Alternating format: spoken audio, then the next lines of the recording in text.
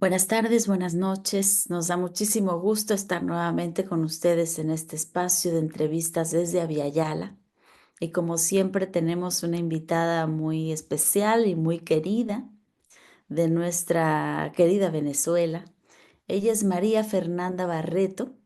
Es una militante colombo-venezolana, escritora y educadora popular, feminista, dedicada en los últimos años a la investigación de temas relacionados con la geopolítica del imperio del capital, la guerra y la paz.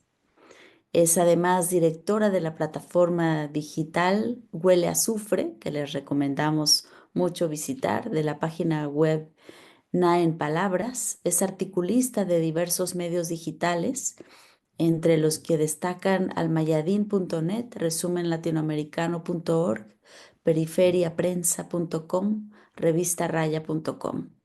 Bueno, sus artículos y análisis han sido traducidos en más de 5 idiomas y bueno, ella tiene una amplia experiencia al interior de la Revolución Bolivariana porque además ha sido servidora pública con distintos cargos, cargos altos, además de agricultura, pesca, en el tema de la mujer, de igualdad de género, cultura. Ha sido asesora institucional en diversas áreas, bueno, y un gran etcétera. Pues bienvenida, querida Mafi. Hola Katia, siempre un gusto estar contigo y abrazarte aunque sea virtualmente. Feliz año. Igualmente. Feliz año, querida. Y mira, pues te hemos invitado porque nos interesa muchísimo abordar el tema de la toma de posesión de Nicolás Maduro. Y bueno, quisiéramos que nos cuentes pues todo lo que ha habido alrededor. Queremos recordar aquí que el 28 de julio del 2024, Nicolás Maduro ganó las elecciones con un 51,95% de los votos contra el candidato de la derecha, Edmundo González, que obtuvo 43,18. Y bueno, ha habido un cuestionamiento muy fuerte, la derecha no ha reconocido los resultados electorales y bueno, se ha hecho pues un intento de golpe, literalmente. Y es un intento de golpe que siempre está como a la puerta de la esquina. O sea, ellos no han cesado en ningún momento de apuntar hacia una entronización de Edmundo González. De hecho, se hablaba de que Edmundo González iba a tomar posesión el día 10 de enero y había, por supuesto, pues una gran atención al interior de Venezuela, de la revolución bolivariana, digamos, la militancia muy comprometida y tratando de estar alerta frente a este pues nuevo intento. Pero bueno, nos alegra que el 10 de enero se consumó la toma de posesión y Venezuela, podemos decir, está en calma, dijo Nicolás Maduro. Aquí hay un gobierno, hay un pueblo, hay una fuerza armada, hay un poder judicial, hay un poder legislativo, un poder electoral, hay un poder moral y todo está funcionando. Pues quisiéramos que nos pongas un poquito al día, querida Mafi, sobre cómo se dio esta toma de posesión, el intento de golpe, que también, pues no dejó de estar presente, ¿no? La información que estuvo circulando, una detención supuesta, ¿no? De la opositora María Corina Machado, en fin, pues la manipulación mediática de siempre. Bueno, Katia, el viernes pasado lo que vivimos fue un día de victoria popular, sin duda, sobre el injerencismo estadounidense, sobre lo que el presidente Nicolás Maduro llamó la diplomacia del engaño, pero también un triunfo obviamente político sobre esa ultraderecha venezolana y sus amigos y amigas en el mundo, pero yo diría que quizás más significativo es cómo el pueblo logró superar una guerra comunicacional, una guerra psicológica permanente que antecedió los días de la toma de posesión con muchísima fuerza. O sea, las campañas de terror por los medios, las campañas falsas, las campañas que incluso llegaban a hacer locuras como poner imágenes de manifestaciones de épocas pasadas donde la oposición movilizaba muchas más personas como si fueran de este momento, o poner imágenes de guarimbas, em, esas tácticas de control territorial terrorista que implementó la derecha por última vez en el 2017, que trató de implementar en el 2000, ahorita el 28 de julio del 2024, pero que no lo logró, como si fueran imágenes del momento, para tratar de asustar al pueblo venezolano, que en realidad llegó al 10 de enero en absoluta calma y tan se sobrepuso a toda esa guerra mediática, esa diplomacia del engaño, esa guerra psicológica, que salió de un modo incluso sorpresivo, en grandísima cantidad de gente que salió a las calles de Caracas y del interior del país, pero sobre todo de Caracas. La cantidad de gente que se congregó en los Ilustres o que marchó por las principales avenidas de Caracas hasta llegar a acompañar al presidente Miraflores para juramentarse fue sorpresiva, incluso para nosotros y nosotras que sabíamos que iba a ser una manifestación muy grande, pues nos sorprendimos porque fue aún más grande de lo que esperábamos. Esas siempre son gratas sorpresas porque es muy importante que el pueblo celebre sus victorias. Y si bien seguramente mucha gente celebró la victoria desde la casa, también mucha gente se animó a salir a las calles. Y salió a las calles además con lo que caracteriza a la cultura venezolana, con profunda alegría. O sea, vimos gente bailando, cantando, brincando en las calles. No había miedo en las calles. No lograron imponer el miedo en las calles. No lograron tampoco fragmentar la Fuerza Armada Nacional Bolivariana, que era algo a lo que venían apostando. No lograron levantamientos policiales. No lograron activar sus bandas terroristas locales, esas bandas delincuenciales que han venido siendo cualificadas por el paramilitarismo colombiano. No lograron tampoco penetrar las fronteras de Venezuela, y entonces todo eso, más el hecho de que no se debilitó tampoco ninguna de las instituciones del Estado, pues llevó a un 10 de enero en el que el presidente Nicolás Maduro se juramenta frente al presidente de la Asamblea Nacional en presencia de representantes de todos los poderes del Estado y en presencia del pueblo venezolano. Qué maravilla, la verdad que nos alegra muchísimo que, bueno, se haya consumado esta toma de posesión, que los intentos pues hayan sido infructuosos. Y bueno, esto es una demostración precisamente de el nivel alto de concientización del pueblo venezolano. O sea, porque realmente la embestida ha sido muy fuerte. Sobre todo, digamos, afuera, ¿no? En el exterior se siente, o sea, de manera muy brutal. O sea, la desinformación prima en todos los medios de comunicación. Y, y vivimos como una realidad desfasada, ¿no? Entre lo que se dice de la revolución bolivariana y lo que es. Y bueno, pues también ustedes tienen medios de comunicación muy en contra, pero llama la atención que todos esos intentos pues no han logrado mermar el apoyo del pueblo y el alto nivel de conciencia, porque bueno, también, o sea, hay que decirlo, el bloqueo al que ha sido sometida la revolución bolivariana ha sido brutal. Entonces, pues eso habla mucho mejor, ¿no? Todavía de ese pueblo que no se deja llevar por las falsas afirmaciones que le responsabilizan, digamos, al gobierno de Nicolás Maduro por los problemas y de pronto incluso el abasto, ¿no? que hay en Venezuela. Entonces, yo te preguntaría, digamos, después de todo este tiempo, de todo este avance, porque además hay que decirlo también que la revolución bolivariana pues está logrando un, un empuje económico, ¿no? O sea, en medio del bloqueo, ¿no? Ha habido un crecimiento económico. Entonces se ha diversificado la economía, en fin, se han dado pasos muy importantes y yo te preguntaría precisamente qué sigue, ¿no? ¿Hacia dónde va la revolución bolivariana? ¿Cuáles son los siguientes pasos que se plantean? A ver, en primer lugar, de todos modos, quería acotar a esto que decías, no, no es que tengamos medios de comunicación en contra, lo que tenemos son mafias de corporaciones mediáticas en contra. Esas grandes mafias, como tú señalabas, cada vez están más disociadas.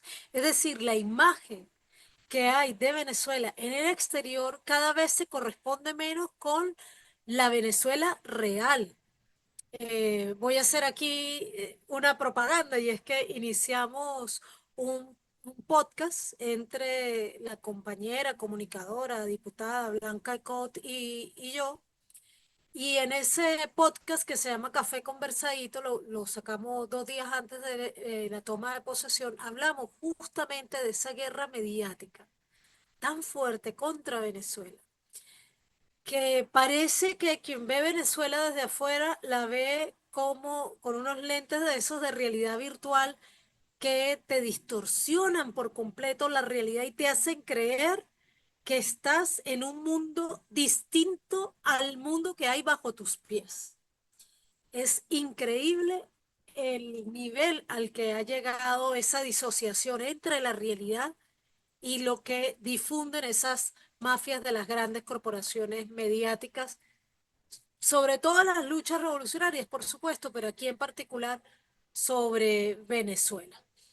En ese sentido, hemos logrado mucho en los últimos 20, 25 años porque el comandante Chávez fue un comunicador excelente, un comunicador contrahegemónico y fue el primer líder venezolano que nos desnudó masivamente esas grandes corporaciones mediáticas que mantienen enajenado al pueblo venezolano. El comandante Chávez logró que los medios más prestigiosos de este país por fin se desnudaran como medios que trabajaban para hacer propaganda a los intereses de los grandes capitales y no para proyectar algo parecido a la verdad, difundir algo parecido a la verdad y mucho menos para comunicarse con la gente o favorecer la comunicación de la gente. De allí en adelante, pues el pueblo venezolano y nosotras que tenemos la posibilidad de viajar por el mundo nos damos cuenta, es un pueblo mucho más difícil de engañar que los pueblos de otros países. O sea, en Venezuela la gente es mucho más crítica con esas corporaciones mediáticas que en la mayoría de los países que yo conozco. ¿Qué viene? Bueno, perdón, pero antes de saltar de ahí quería hacer otra propaganda y es que los compañeros de Nodal de Argentina, y te lo recomiendo a ti también, Katia, acaban de publicar un manual para defendernos de esas noticias falsas. A mí me parece que es muy interesante porque ellos también lo hacen desde su vivencia en Venezuela y muy centrados en la guerra mediática contra Venezuela. A mí me parece que es muy interesante que quienes nos escuchen puedan revisar eso.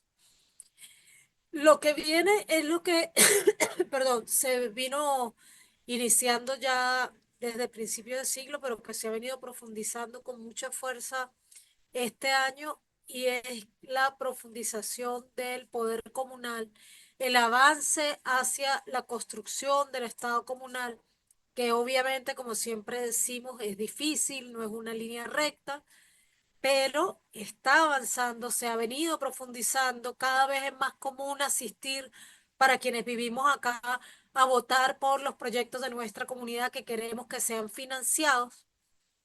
Y eso es apenas uno de los aspectos, perdón, que evidencian esa profundización. También se sigue profundizando la unidad cívico, policial, militar y eso ha sido clave para detener estos planes injerencistas. La recuperación económica también ha sido en parte a la buena por la creatividad del venezolano y la venezolana, en parte también a la buena porque aún en los peores momentos Venezuela tiene una economía llena de riquezas, ya que aunque nos digan que hay dificultades, aunque tengamos dificultades para comercializarlas, exportarlas o transformarlas, lo real es que este es un territorio muy rico y muy privilegiado también geográficamente, porque en este maravilloso trópico en el que estamos ubicados, pues no hay esos grandes frentes fríos, no hay grandes heladas, no hay huracanes, es decir, tenemos muchos privilegios, pero también a la mala porque pues han sido las medidas coercitivas unilaterales, sobre todo las que han atentado directamente contra la industria petrolera, contra la extracción, el refinamiento, la exportación del petróleo, las que nos han obligado a buscar otras fuentes de financiamiento. Y esas fuentes de financiamiento, por ejemplo, que han venido creciendo este año, nos han llevado a rubros que no esperábamos nunca exportar, como medusas, por ejemplo, ¿ya? Pero sí una gran exportación de frutos del mar, de productos acuícolas y pesqueros, por ejemplo, como rubros no petroleros que han venido en ascenso como productos de exportación. Pero también hay que decir que este crecimiento económico no ha sido solo endógeno, ese crecimiento económico viene de la mano de un crecimiento económico contrahegemónico que está avanzando en el mundo, por supuesto con el liderazgo de China y Rusia, pero en general también podríamos decir con el liderazgo del BRICS Plus, ¿no? Que viene consolidando sobre todo alternativas económicas, perdón, porque sabemos que en el BRIC Plus no hay necesariamente una propuesta cultural, política homogénea, y por eso no podríamos decir que hay una propuesta cultural o política contrahegemónica, pero en lo económico sí que lo hay, y eso es muy importante también para que todas las economías asediadas como la de Venezuela, la de Cuba, la de Nicaragua, y la de Irán, la de tantos otros países que son víctimas de estas medidas coercitivas unilaterales, de los brutales bloqueos occidentales, pues podamos salir adelante en medio de las dificultades. Y siempre, por supuesto, Katy, hay que destacar la capacidad del pueblo venezolano para resistir, para organizarse, porque sin la organización popular que tiene este pueblo, la economía no habría podido sobrevivir.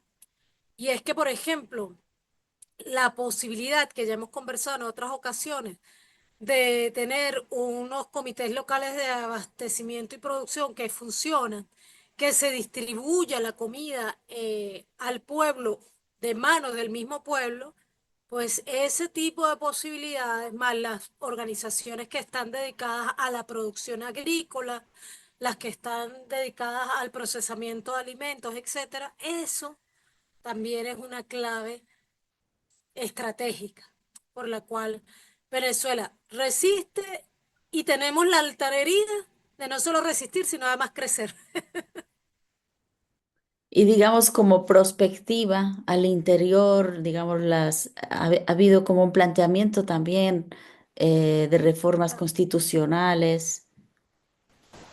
Sí, esperamos por lo poco que nos han venido ya como adelantando el propio presidente Nicolás Maduro, que estas reformas vienen justamente a fortalecer el poder popular, pero también es esperable que estas reformas vengan a fortalecer otras formas de economía, otras alternativas económicas, y ojalá también a fortalecer esa articulación cívico-policial militar. En ese sentido, pues este año, como señalas, entre las perspectivas, está esa reforma constitucional, está la profundización del poder popular con muchas tareas que ya quedaron del año pasado en cuanto a lo que es la organización popular, sobre todo para la producción. Y también tendríamos que decir que entre los planes, pues obviamente está el seguir resistiendo, porque sabemos que la arremetida imperial no va a cesar, por el contrario, esperamos que de algún modo se agudice, porque pues cada vez que el imperialismo se siente más débil, a la medida que se siente más débil en el mundo, pues más se atrinchera en lo que considera su patio trasero, estos estados mexicanos, como dice Donald Trump, que somos todos los latinoamericanos.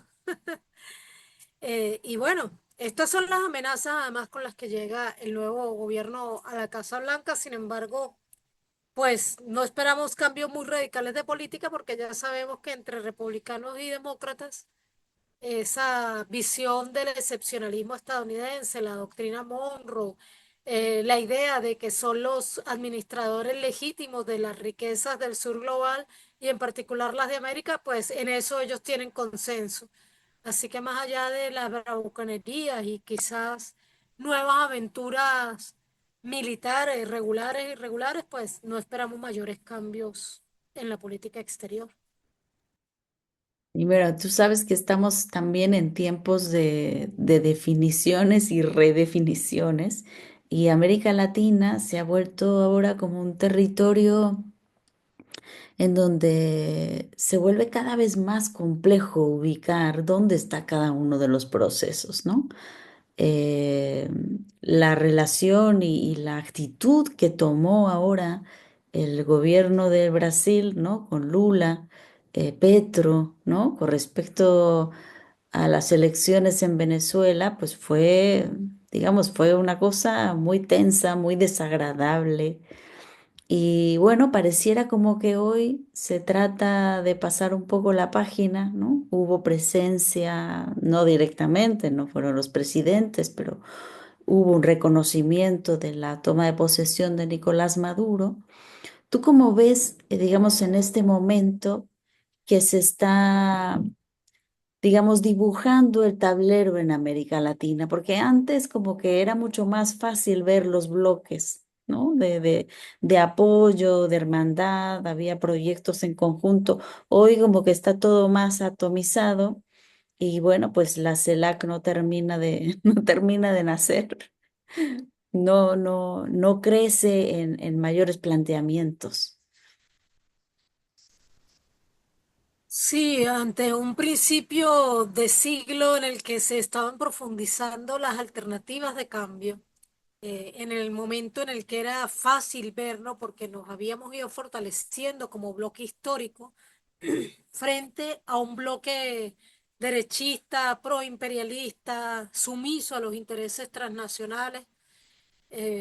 Pues sí, ciertamente en ese momento era mucho más fácil ver ese enfrentamiento entre dos visiones distintas de lo que debe ser la historia de nuestra América. Sin embargo, ahora esa confusión que, que denuncias a la hora de ubicar los, sobre todo los gobiernos de nuestros países, viene de la mano de este híbrido que es el progresismo.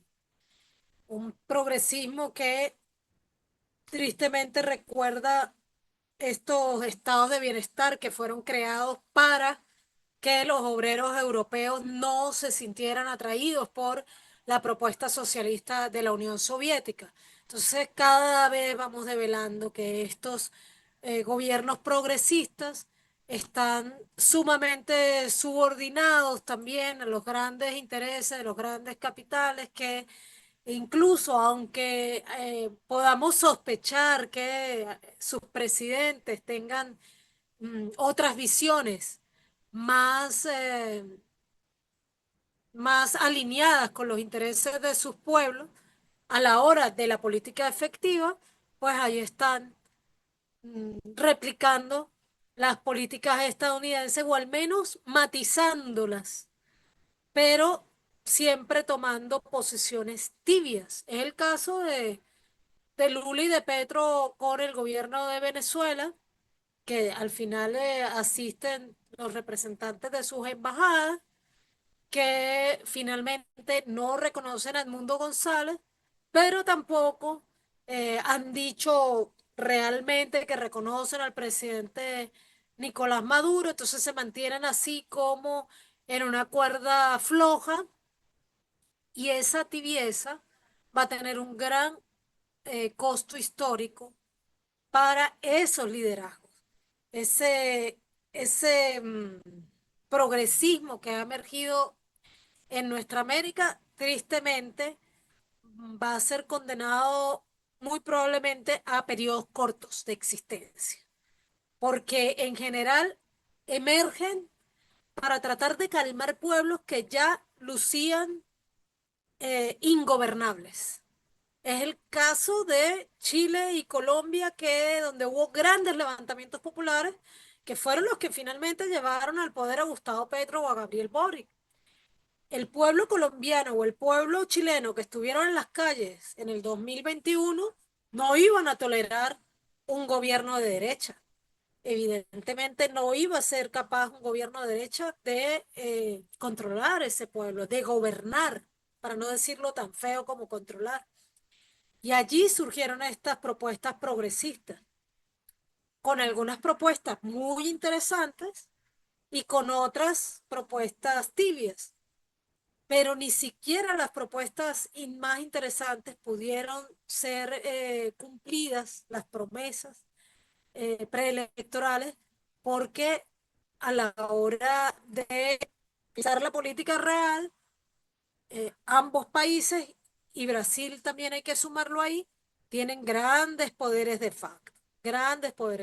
Además, vimos una imagen indignante que fue la de Lula paseando de la mano a Macron por nuestro territorio amazónico.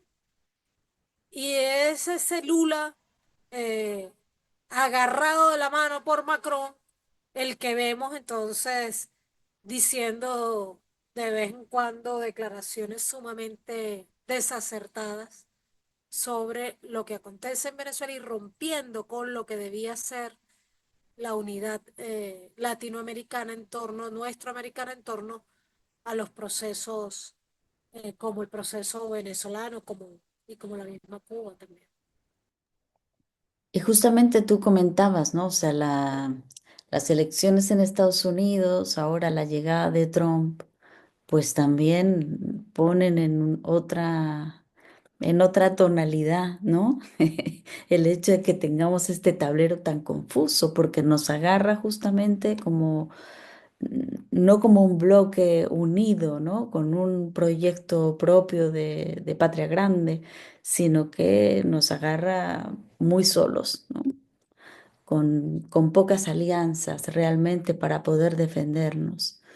Digamos, en este panorama, ¿tú cómo ves la llegada de Trump? O sea, pensando también en que no solamente está llegando Trump, sino que está llegando también Elon Musk, ¿no? Porque es como la dupla que ahora hay que tener siempre en cuenta. Es digamos, un nacionalismo imperial, pero, ¿sabes? Bajo el poder del hombre más rico del mundo. Entonces, o sea, alguien además que no tiene ningún empacho de meterse en los intereses políticos de los países, bueno, ya se ha ganado Elon Musk problemas con muchos países, muchos gobiernos del mundo, ¿no? En Europa, bueno. Se ha metido hasta el tuétano en Inglaterra, en Alemania, la política interna, en Brasil mismo, ¿no? Entonces, digamos, llega este Trump de la mano de Elon Musk. ¿Tú cómo ves, digamos, la situación de América Latina en particular? Bueno, en primer lugar, recordar que tan pronto salió Donald Trump del poder, dijimos varios analistas, entre los que me cuento que era previsible que el otro periodo, o sea, este, iba a ser un periodo de nuevo para Donald Trump, porque ese regreso de Trump a la presidencia de los Estados Unidos era muy previsible, no nos toma por sorpresa.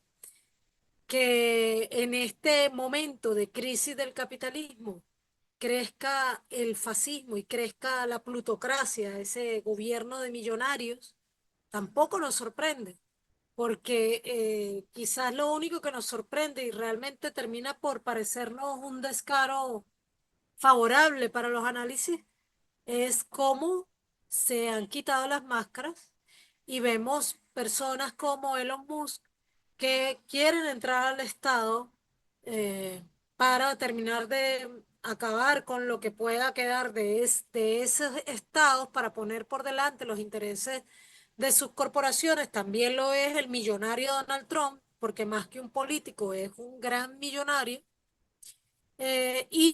Elon Musk no se comporta ni como sudafricano, ni como estadounidense, ni como simple presidente de una corporación o como funcionario ahora asesor de Donald Trump, sino que se comporta como dueño del mundo. Y esos son los aires que tiene. Ya no sé, incluso a veces habla en tonos mesiánicos, ¿no? Para nuestra América, pues vienen batallas duras porque los intereses de Musk y de Trump están muy puestos en los recursos de nuestra América, particularmente recursos como el litio, pero también ciertamente que a pesar de lo que muchos creen, el petróleo sigue siendo muy importante y va a seguirlo siendo por muchos años. Pero litio, tierras raras y agua son recursos que Donald Trump y Elon Musk como representantes de las grandes corporaciones que están gobernando en este momento el mundo y que son las que están perdiendo en esta disputa del mundo pluricéntrico y multipolar, pues están ahí pues representando los intereses, como yo te dije, de la plutocracia, es decir, es cada vez más el gobierno de los ricos el que estamos viendo. Esto siempre ha sido así, pero siempre lo vimos de algún modo tamizado, ¿no? Por estados fuertes, por una gran cantidad de millonarios y millonarias en el mundo, pero la crisis capitalista actual y en particular la pandemia fue parte de lo que ayudó al reacomodo del capitalismo en esta crisis ha ido profundizando esa esencia que Lenin nos señalaba del capitalismo y es a concentrarse cada vez más en menos manos. Eso es así. Cada vez los recursos se concentran más en menos manos y Donald Trump y en particular Elon Musk son parte ya de la plutocracia mundial y nuestra América, que tiene la riqueza real, que estamos parados sobre inmensas riquezas, tenemos que estar muy alerta, porque lo que está planteando el imperialismo al mundo, no solo a nuestra América, sino al mundo entero, es la guerra. Es una guerra total, ellos lo han llamado guerra total, la han llamado guerra sin fin, guerra infinita, pero lo que en definitiva quieren es un estado de guerra permanente que les permita dinamizar sus recursos económicos en torno al aparato militar industrial, que les permita sepultar el derecho internacional humanitario y terminar en un mundo que ellos llaman ajustado a reglas, acabar con todos los organismos internacionales que podrían regular de algún modo las acciones bélicas de un Estado sobre otro, cualquier otro tipo de violación al derecho internacional humanitario y por supuesto entonces sumergirnos en una barbarie que les permita de generar un nivel de caos que les facilite la apropiación de nuestras riquezas, de las riquezas que nos pertenecen y que les permitan diferenciarse cada vez más de la mayoría. O sea, lo que ellos plantean es un mundo cada vez más inequitativo, un mundo donde matar niños sea algo que pase totalmente desapercibido, algo que no merezca castigo, que ni siquiera tenga una gran sanción moral, y no digo matar un niño, digo matar 20.000 niños y niñas, entre ellos una gran cantidad de bebés, como lo están haciendo en Palestina, y nada sucede. Nada sucede y ese es el mundo al que ellos nos quieren acostumbrar. Es por eso que todo nos lleva a que así tengamos una pequeña voz como la que tenemos tú y yo, vale la pena levantarla. Hay que levantar la voz. Hay que levantar la voz porque cada vez más en proporción nuestra batalla es más desigual y por eso levantar la voz y escuchar a quienes levanten la voz nos recuerda aquella frase de que eh, nos bastará con que nuestro grito de guerra haya llegado hasta algún oído receptivo, ¿no?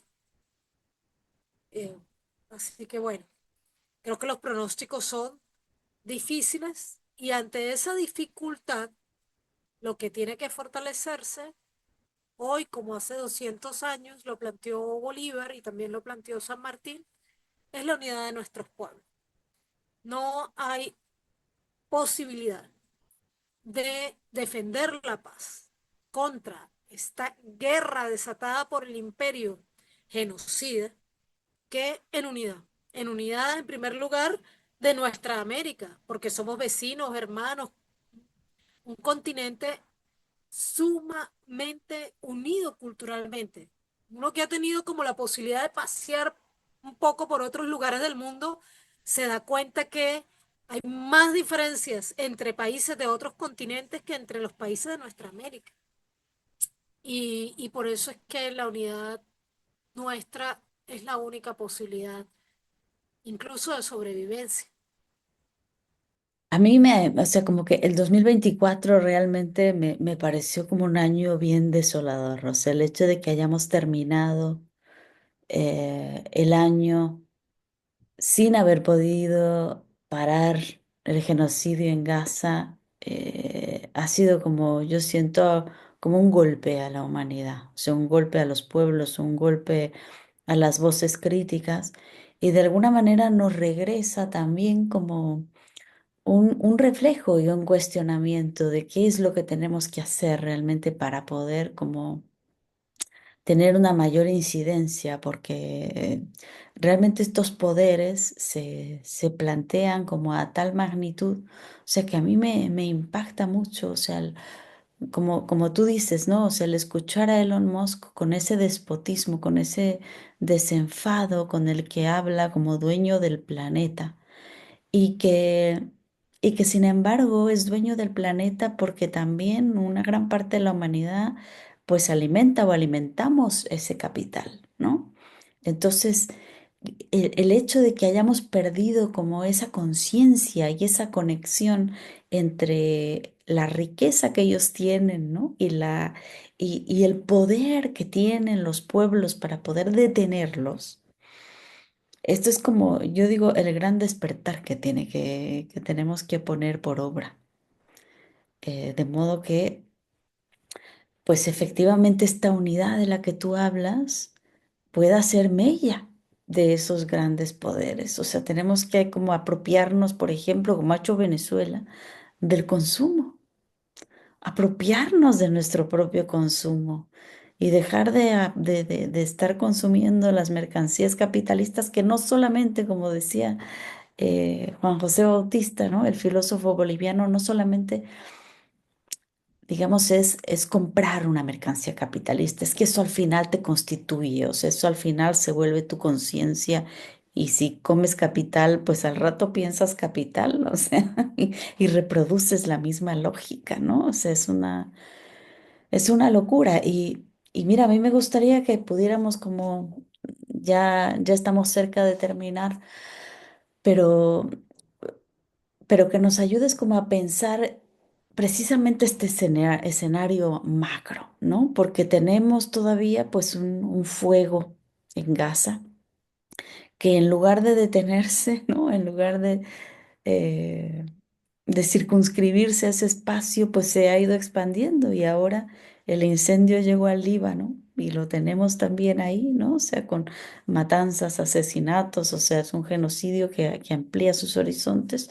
Y ahora Siria, ¿no? Un país que además, como, digamos, se ha planteado, ¿no? Esta ocupación como si fuesen los salvadores de los sirios, o sea, es el mundo al revés, el mundo al revés.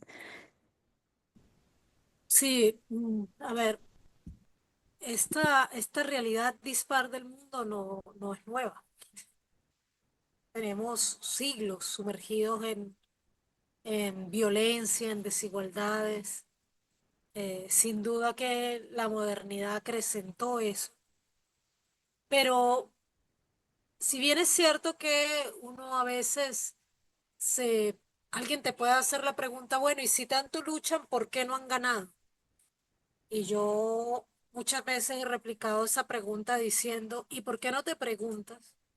Si son tan poderosos, ¿por qué todavía no nos han derrotado? Y yo creo que hay que pensarlo de ese modo. Yo diría que incluso desde Gaza, ciertamente no hemos hecho suficiente por Gaza y tenemos que hacer más, no solo por Gaza, por el pueblo palestino en general. En Gaza, en Cisjordania y en el mundo entero donde se encuentre un palestino y una palestina, tenemos que hacer más por Palestina, eso sin duda.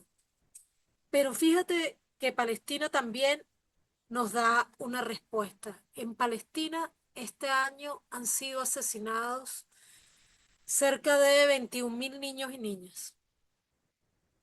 Pero en el mismo momento en el que han sido asesinados cerca de 21.000 niños y niñas, han nacido 60.000 bebés palestinos. 60.000. Esto es la fuerza de la vida por encima de la fuerza de la muerte. Otra vez. Y hablamos de esto, por cierto, la vez anterior, lo recuerdo. Pero ese vientre de mujer palestina nos da una idea de lo que debemos ser como humanidad. Es cierto que tenemos un imperio desatado, es cierto que tenemos una gran propuesta de muerte que es el capitalismo, pero también es cierto que hay un mundo pluricéntrico y multipolar que puja por nacer, dentro del cual hay propuestas realmente antiimperialistas y descoloniales. No solamente en nuestra América, que tenemos a Cuba, Venezuela, Nicaragua como tres propuestas, y algunos otros que van caminando por ahí en ese sentido, Honduras, Bolivia, ¿no? Que van avanzando un poco con algunas propuestas, aunque también sabemos que está muy difícil la situación en Bolivia. Sino que también tenemos la Confederación del Sahel, por ejemplo. Ese movimiento de colonial africano tan fuerte que ha logrado ya eh, recuperar los tres estados del África subsahariana para sus pueblos y que parece también estar encendiendo la mecha en otros países del continente africano. Y así como eso, pues están en Asia Occidental esas fuertes resistencias que ya señalamos, la del pueblo palestino, la del pueblo libanés, la del pueblo sirio que resiste a esta última injerencia estadounidense, turca, europea, y la del pueblo persa también, la de Irán, que también resiste. Y en general, en todas partes del mundo hay pueblos en pie de lucha. Donde no hay gobiernos revolucionarios, siempre vas a encontrar también pueblos en resistencia.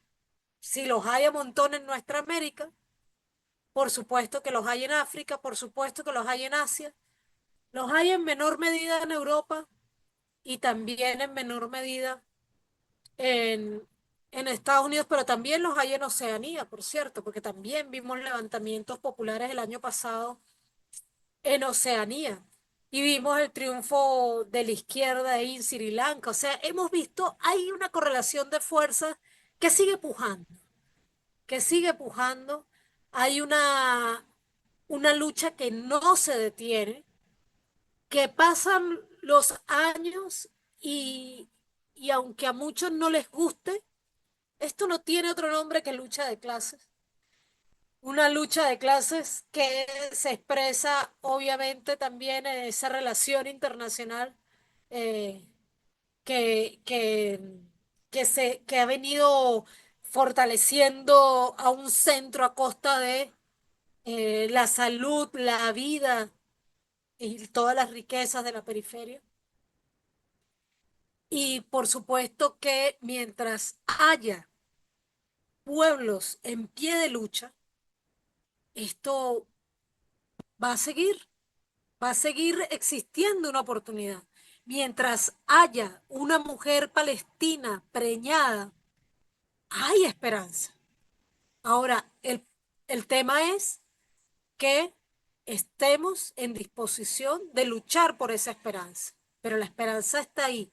La esperanza existe, la esperanza la están levantando quienes resisten y luchan. Y es nuestro deber entonces seguir resistiendo y seguir luchando. Y yo creo que, aunque estamos en tiempos difíciles, también estamos en tiempos de grandes oportunidades. Creo que pasamos una década más difícil que fue la década de los 90 y aquí estamos, eh, en plena esperanza de que por fin podamos derrotar al imperio y que más allá de eso podamos plantear alternativas al sistema capitalista con poder. Decía Enrique Dussel que el mal en este siglo se había hecho cada vez más malévolo, o sea, con más capacidad de hacer daño. Y decía, pero más el mal crece en su capacidad de destrucción, más el bien también se vuelve heroico y justamente, digamos, tiene como la vara más alta, ¿no? Porque el enemigo es muy grande y tenemos pues ahora sí que empeñar la vida y empeñar la esperanza Pero y mira este empeñarlo todo. paisito del norte del sur, este paisito del norte del sur, que es Venezuela. ¿Ah?